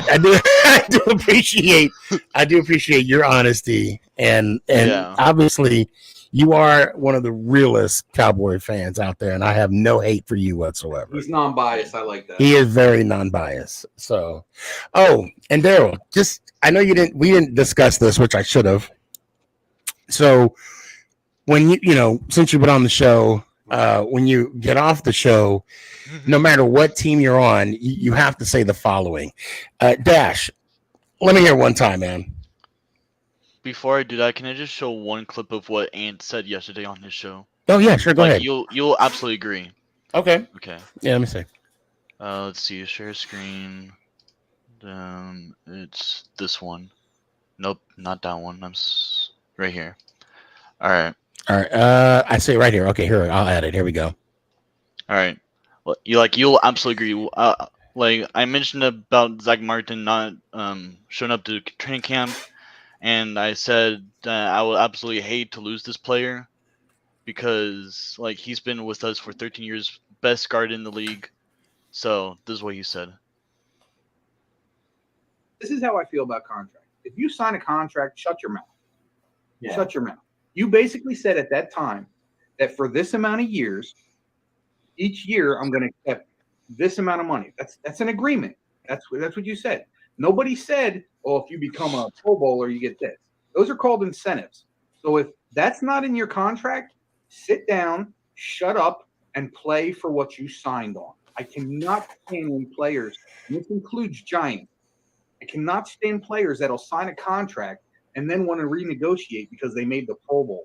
Well, if there was a thought, if you believe in yourself that much, you should have made that known when you were ready to sign your contract that you had signed already. When you signed, and this is where I back the owners, when you sign that contract, you basically say, that's what I'm going to do for that amount of years. That's it. So I think the owners bend the knee a little bit to some of these players because they're afraid of them sitting out or whatever. My feeling on that is sit out. You'll get fined and you won't get paid because you are under contract. So not only now are you going to miss out of the money that you're getting for the season, you're also going to get fined. So now you're negative you're making your pay negative. Yeah. So I have no sympathy, whether it's a Giant, any team, any of the 32 teams. I have no sympathy for you. Don't care. You signed a contract, live up to it. If you make it to that end of the contract and you think you got exactly, Robert, I'm sorry, exactly. Honor your contract. Because I'll tell you what, can an owner negotiate if you're a piece of shit after they give you a nice big contract? The answer to that is no. Can they cut you? Absolutely. But again, that's something you have to deal with and restructure or restructure if you don't agree with the contract. You say something along the lines of, if God forbid I get cut, I still get this amount of money. And that's what guarantees are for. So when you sign something and you're guaranteed this much, don't expect more. Yeah. And just like the owners, they're willing to guarantee you this much money. So that means whether you play good or whether you play bad, you're getting that much money. And then they cut you, you're still getting that much money. So don't expect the owners to jump out of their skin because you think your contract should be changed. If I was an owner, thank God I'm not. But if So, I mean, this brings a really good point. But it also Dash, goes back in the clutch. Go ahead. I like that, it also Dash. goes back to what we were talking about earlier. I look at the other side as well. Last night, we were just talking about that specific thing. And back to what we were talking about with Darryl earlier. When a team comes up to you after they've negotiated your contract, they don't have a right to do that either. The problem is like we talked about, they can cut you. So when again, I'm not trying to play one side. It's just that we were talking about last night. So again, my feeling is when an owner comes to you and says you want to take a pay cut, and you say no, like you did, then the owner starts looking at, well, okay, maybe we can get this guy traded, maybe we cut him, whatever. I think it's wrong on both ends when you have a set contract, and then you either want to negotiate or you want these guys to take a pay cut. I think it goes both ways. Now, if I'm wrong on that, that's fine. This is just a fan on the outside looking in. No, please, I agree. I mean, the only thing, I don't know what Zach Martin's contract is. I mean, I don't know if he's up for it. He can get extended. I don't know. The other thing they could do it, but I don't know. I don't know the details. All I know is that he's going to be a free agent in 2025. 2025. But when can he get extended? Or they could, I don't know, but I think they could restructure his contract to where they push some. I'm pulling it up right now. You know what I mean? I don't know, but so right now, Zach signed a 4-year, it looks like $8 million contract with the Dallas Cowboys, including almost $5 million signing bonus and almost $9 million guaranteed. No, that can't be right. Yeah, that don't sound right. Hold on. That had to be $8 million per year of the contract, or was? Yeah, hold on. Okay, now I read the little headline on Google. Okay, here we go. My bad. Zach Martin signed a 6-year, $84 million contract with the Dallas Cowboys, including a $20 million signing bonus, $40 million guaranteed, and an average salary of $14 million in 2023. Martin will earn a base salary of $1.7 million and a restructured bonus of $11.8 million, and carrying a cap hit of $11 million and dead cap value of $28.6 million. So this year, 2023, his base salary would be 1.7. The restructure was 9.3. Cap hit is 11. And then the dead money is 28 million. And it says cash detail. Oh, that's because he got his guaranteed money. Looks like from that 80 million guaranteed, he's getting like 13. So the guaranteed money, do you get that all at one time?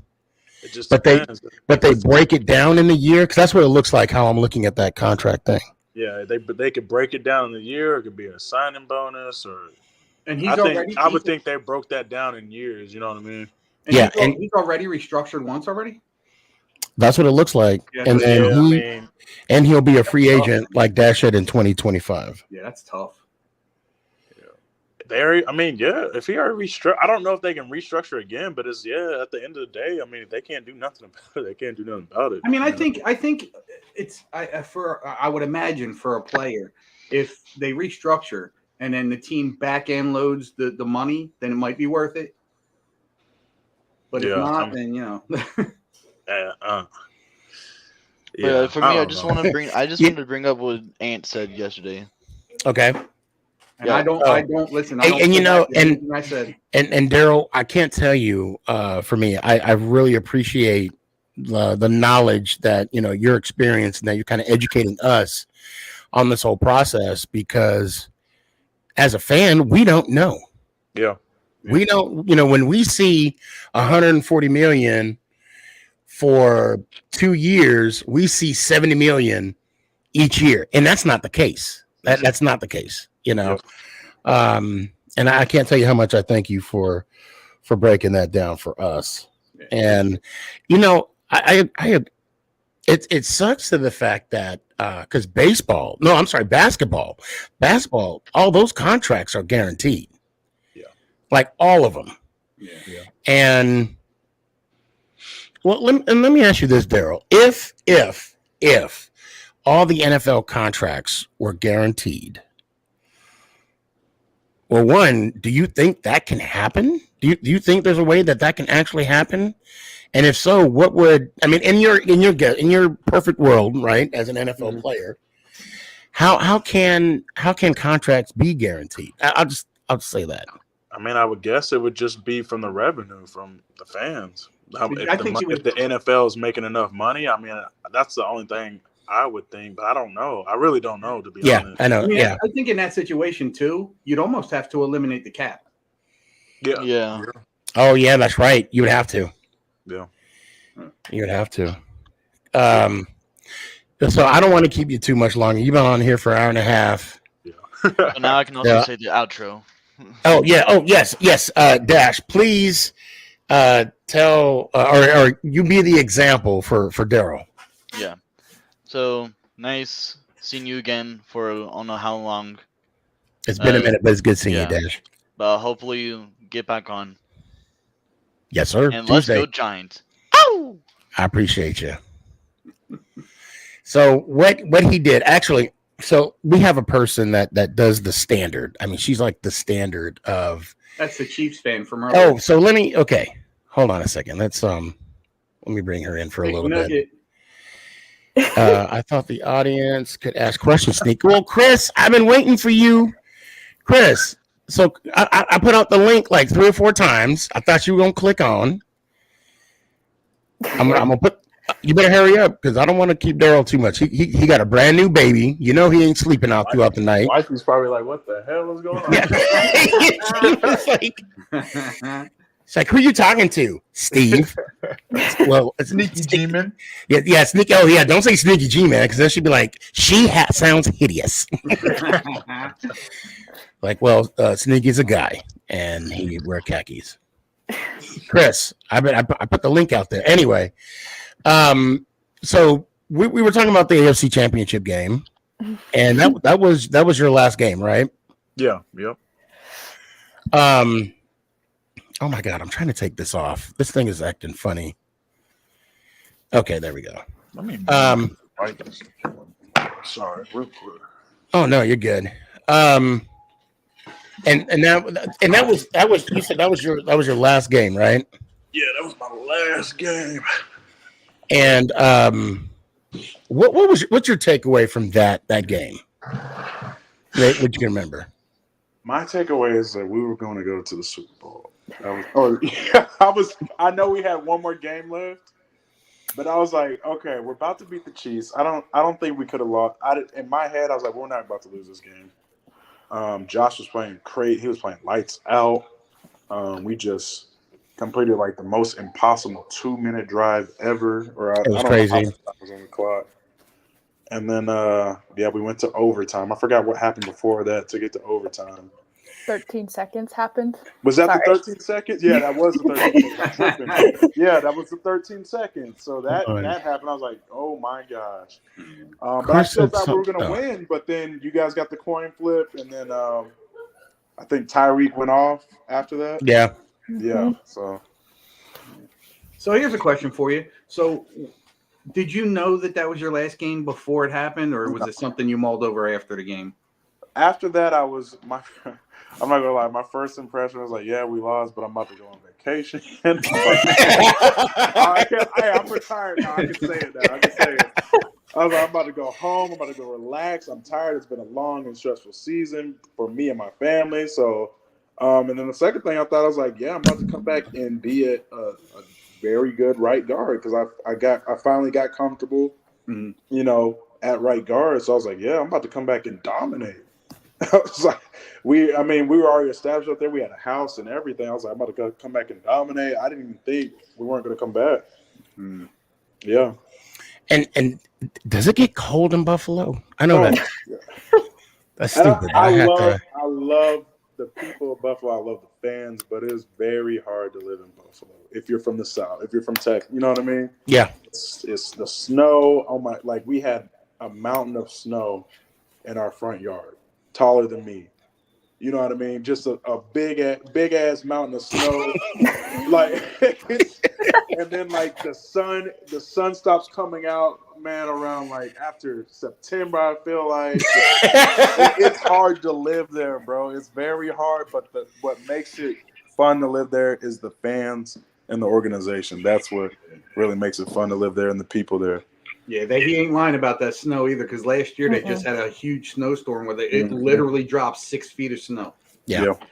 So I actually lived in Seattle. So I know exactly the Pacific Northwest was, on the solar solstice, June 21st every year. Summer solstice? The summer, is it the solar? What'd I say? I say summer or solar? You said solar. You said solar. Well, it is the solar solstice, right? Summer I don't solstice. know, actually. The summer. Anyway, the longest day of the year.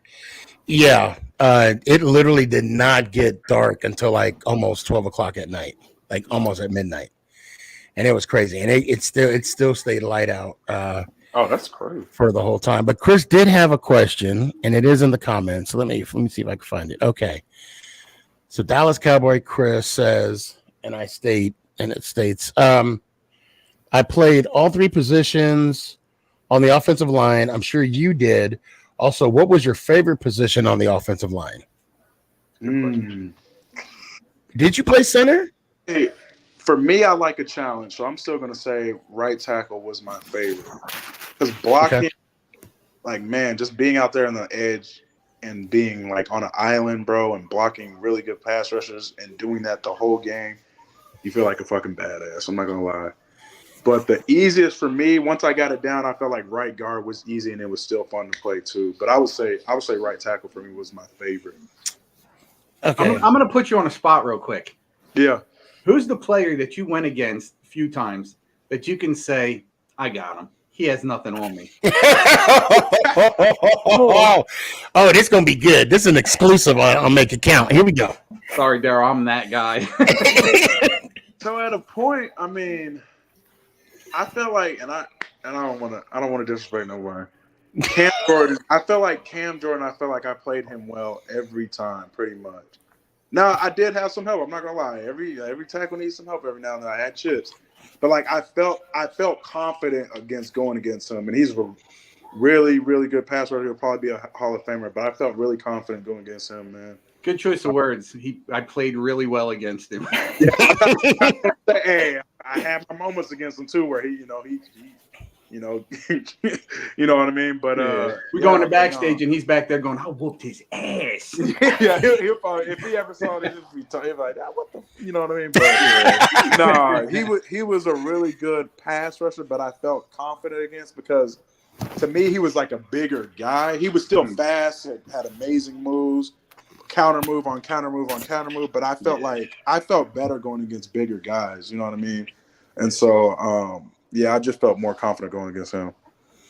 And who was the one player that you're like Like the schedule comes out and you're like, this you just. So it was fucking TJ. I'm sorry, I'm cussing out. It was TJ Watt. Oh, so really? It's my first year. And this guy's he's really good, bro. So the first year I was like, okay, I think we had him on a Monday night or a Sunday night game. So I had extra time to prepare. So I took the whole week, every day, every walkthrough seriously, watched film, everything. So I played him good. He got his, but I played him really good. I probably played him the best out of anybody that year. Okay. So the schedule comes up next year. Motherfuckers, the Steelers. And guess what? It's the first game of the season. Oh, wow. That's the worst. And Dave, again, I love Dave's, but he said we're coming out throwing the ball, and I'm just sick to my stomach, dog. It's one of those fans I felt hopeless. I'm not gonna lie, I felt sick. So the second time he saw me, he made sure he dominated me. I'm not gonna lie. And who was the best trash talker that you played against? Oh. People didn't really talk trash against me. I would say TJ did that second game. No, sorry. I'm cramping. TJ,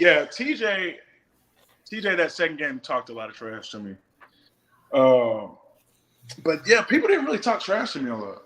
They didn't really talk trash. Sorry, I ain't thinking of that's crazy. They don't want to get pancaked. Yeah.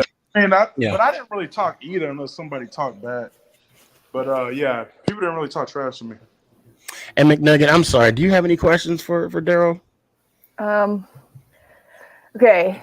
I know you played the Chiefs in that game. Like, I'm trying to think of a question though. Was that like the hardest game against the Chiefs because it was like back and forth? Would you say, or were they all like the same? No, that was the easiest game. Like, it was crazy. That was an easy game. It was very easy. It was weird. And I just think it was one of those games where it's just an offensive game, both teams are just going to score points no matter what. You know what I mean? So I was having a really good game. I felt like everybody on offense really was too. It was an easy game. Yeah, when offenses are going back and forth like that, and you guys are running up numbers, like you really have nothing to say to the offensive linemen. Like, but I guarantee you're giving the D a bunch of crap at halftime and after the game. Yeah. Well, McNugget, let's set the standard, and so he knows. All right. What to say. Let me hear it one time. Let's go Giants! Ow! I appreciate it. Have a good one. So I do have. Hold on a sec here. Okay, yeah, let's think. I do want to let you go. Hold on a sec. Okay, Coach. Hold on. Let me see. Come on, work for me. There we go.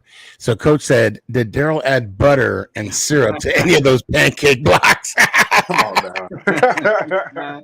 Come on now. I don't think so. And I got to tell you, though, at IHOP, that, what is it? That, not the almond, but the pecan syrup. Man, that's fire. That's fire. So Daryl, I appreciate you coming on, man. Of course, we'll keep in contact because I'll let you know when I'll be bringing Nick over. It'll probably be next weekend. We were gonna go to, and guys, you're gonna hear it from here, right here.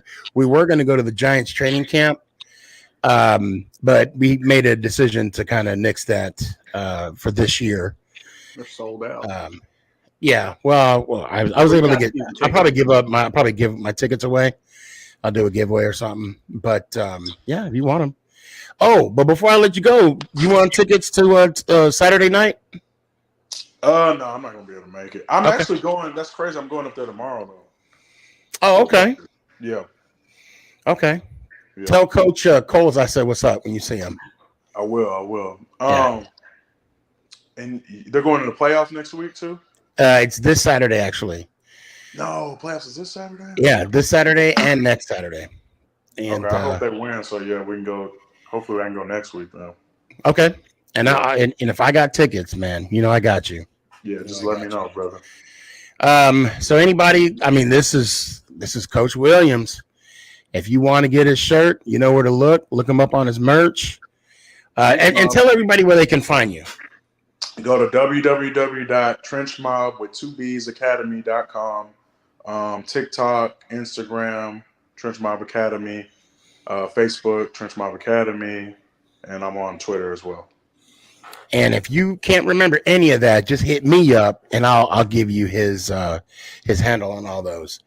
Daryl, thank you so much for giving us an hour and 40 minutes of your time and just kind of making us that much more knowledgeable of the game we love the most, the good, bad, and the ugly of the game, and also get to know Dable just a little bit, know how competitive he is. That's always, you always want your coach to be that much competitive. So, yes, sir.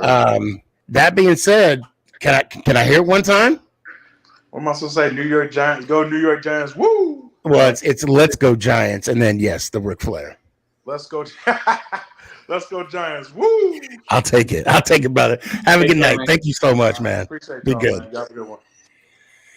Good guy, man. Really good guy. That oh yeah, man. First time, we talked on the phone, and of course I got his information from the coach, from Nick's coach, and to get him.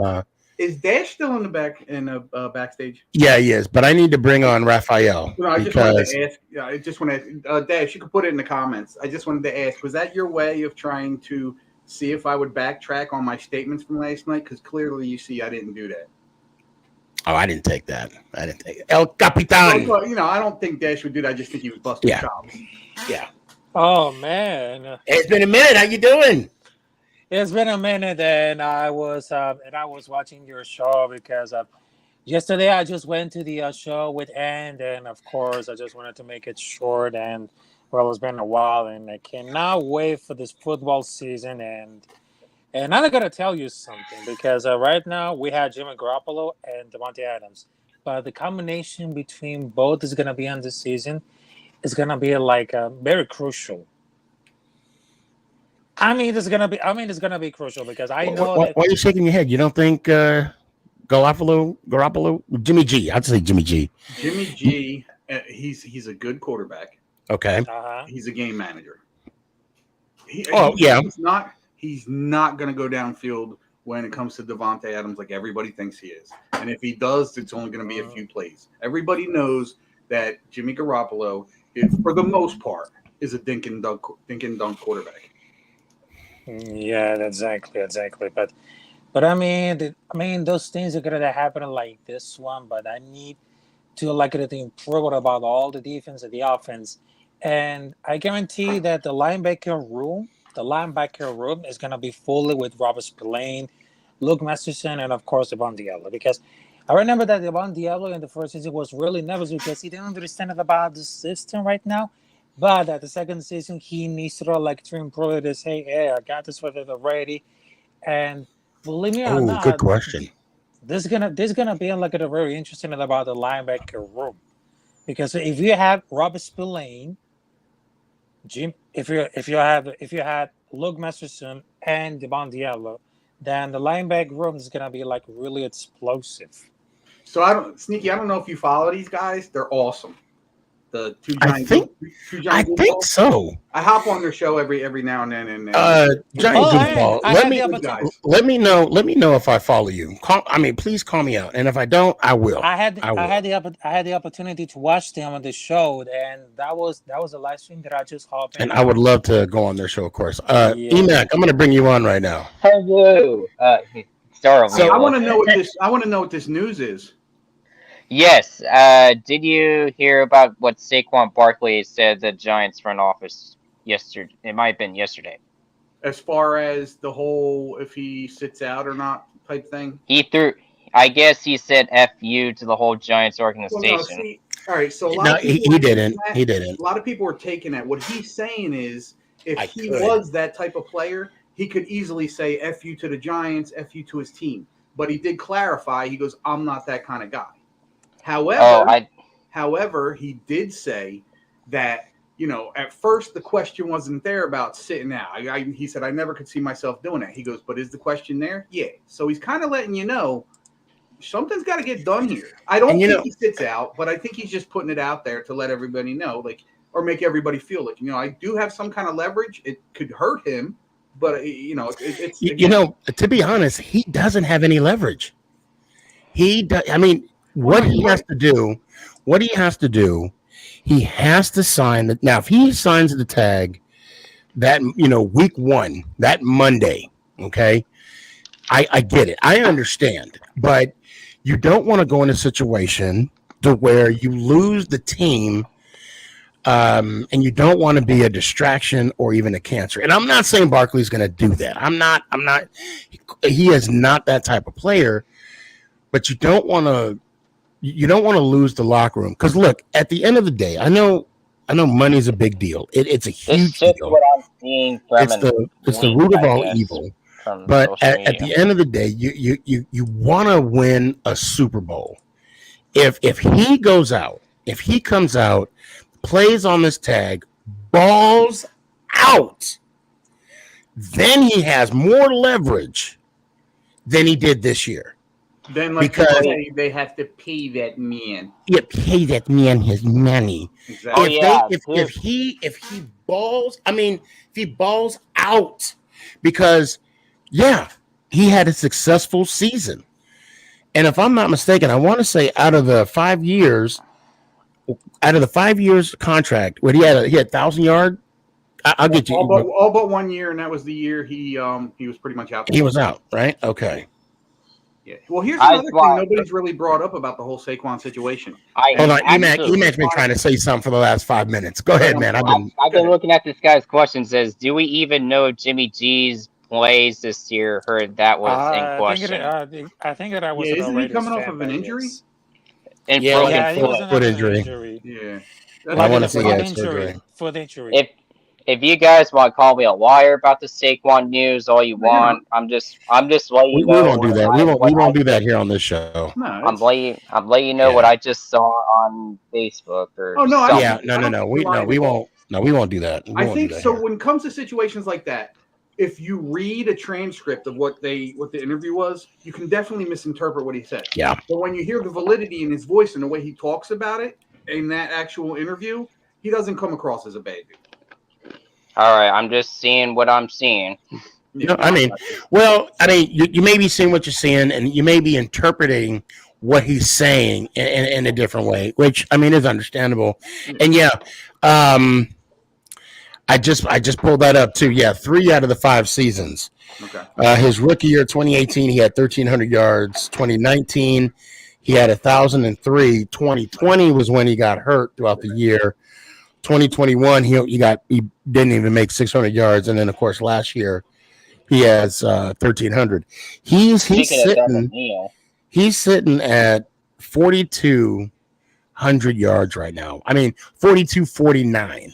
Okay, for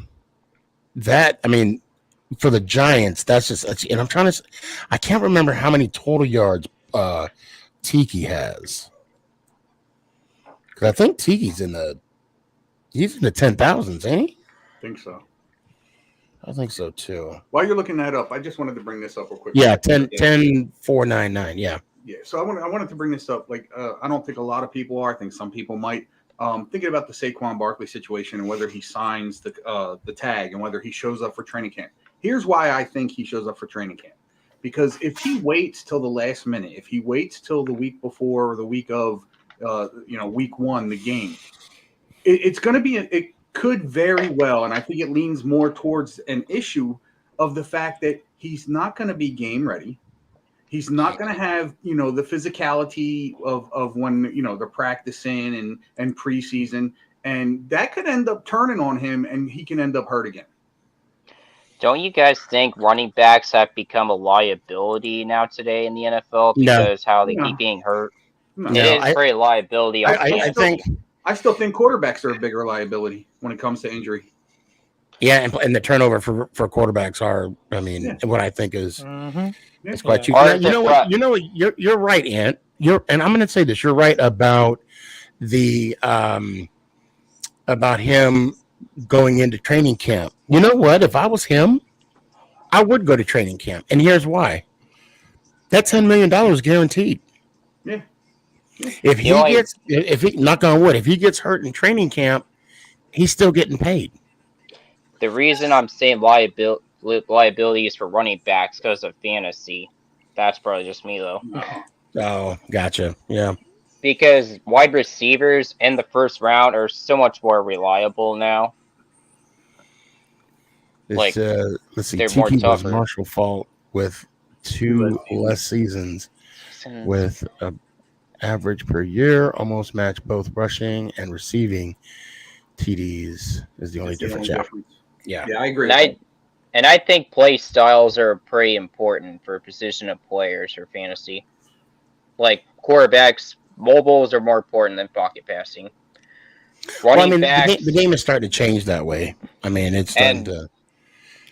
Because running backs are definitely like receiving backs like Christian McCaffrey or Austin Eckler. And wide receivers. Go ahead. At wide receivers, you'll need a really good elite receiver one that can do everything. And then tight ends, you don't need blocking at all. You just need receiving. Yeah, and I think quarterbacks like the Peyton Mannings, the Tom Brady's, like you said, the drop back pass. I mean, it's going to change. It's going to change. Pocket passing quarterbacks have become a liability too. He said that Josh Allen was the best scrambling quarterback. I was going to ask him about Mahomes and his ability to scramble, as well. So we're getting that close. EMAC, give me some of your final thoughts, man. What you got? All right. I don't really have much, but I would say is if you guys, anytime y'all want to argue about my belief of the news, you can go ahead if you want to. Challenge accepted. Love you guys. Let's go Giants out. Appreciate you, brother. Be good. Mm-hmm. El Capitan, what's on your mind? Because I was just reading about it because the running back market has been crashing for several years. And I think it's really, really important because the situation between Josh Jacobs and Saquon Barkley, it's not the same. Because Josh Jacobs is very good and also Saquon Barkley. But if it comes to the market of running backs, has been crushing all the system for years. And that's a very huge impact for all these running backs. They have a great production. And that's what all that matters. I got to ask you, who's your backup running back? Because I got a good feeling he's going to be your starter this year. Okay, so I got a running back or the backup, which is between Samir White, Seals, and Britton Brown. Mm-hmm. I mean, they had to go for the training camp, but in my case of Samir White, it's going to be very slow for the last season, but I think it's going to be really important about this production season. I will see like more than Samir White's speed, athleticity, and everything because we had now 2 backup running backs, which is Britton Brown and Samir White. Right. Okay. All right, we're going to do El Capitan. It's always good to see you, brother. Let me hear one time, man. And of course, I got to tell you something. Okay, so right now, I just dropped the link on my community tab on YouTube. And of course, El Capitan Rafael needs your help for my grandfather. And of course, I just dropped the link on the private chat of the Big Blue Band. And of course, they need all the support. Whatever you donated, $1, $5, $10. Right now, I'm going to drop the link on the chat to everybody else to help with my grandfather because he's still at the hospital, slowly recovering for COVID-19. But we need your help to whatever they donated, prayers, everything. So I'm going to put the link on the chat right here so everybody can help with this cause. Okay, good deal. Thank you so much, man. And I'll be praying for your grandfather. Mm-hmm. Let me hear one time. All right, let's go Giants. Out. I appreciate you. And always good to see you, man. Same, brother. I appreciate it. And I did see your last comment. We could definitely talk about that next week too. Yeah, for sure. I love you, man. This was fun, man. This was fun tonight. Yeah, this was a good one. This was a good one. Love you, brother. Let me hear one time. Love you too, man. Let's go Giants. Ow! I want to thank everybody for watching. all 7 of you. I also definitely want to give a shout out to Darren Williams for taking time out of his day, making this happen. I feel so much more aware of the situation with Barkley, and of course, and it's going off of his experience. So tomorrow's Friday, guys. Enjoy the moment, enjoy the process. Although the process may suck, still enjoyed it sometime. I love y'all. I wish y'all nothing but the best. How about we do this again Tuesday? Okay, let's go Giants. Ow! Is this thing on? It's your boy Stefan, aka Sneaky. Yeah.